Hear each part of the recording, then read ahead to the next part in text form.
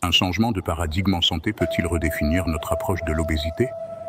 Quel est le rôle des agonistes du récepteur GLP-1 dans cette transformation?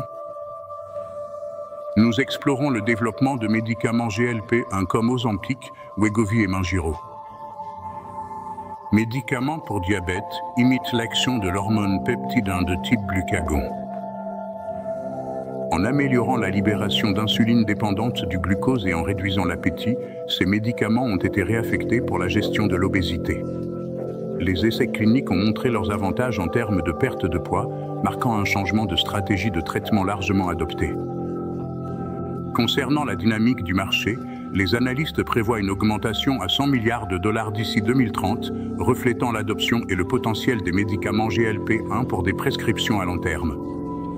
Dans cette compétition, Novo Nordisk et Eli Lilly, géants pharmaceutiques, se disputent la suprématie en étendant et innovant pour profiter du marché lucratif. Cependant, les coûts des traitements posent des questions sur le fardeau économique des médicaments pour la santé et les assureurs. Le coût initial justifié par les réductions potentielles des complications de santé de l'obésité? Le débat en cours façonne l'économie de la santé.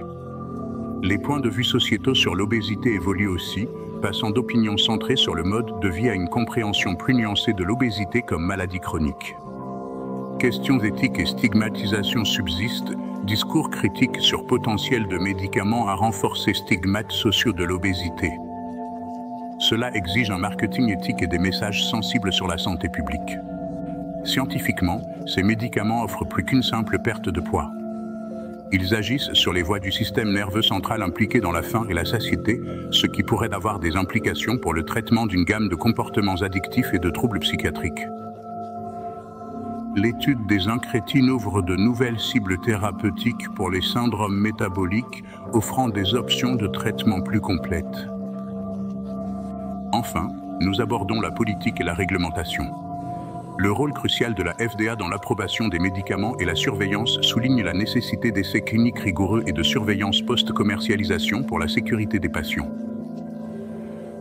De plus, l'influence de Big Pharma sur les politiques et pratiques de santé est examinée, notamment en ce qui concerne les efforts de lobbying et le financement de programmes éducatifs qui peuvent façonner les protocoles de traitement et la couverture d'assurance.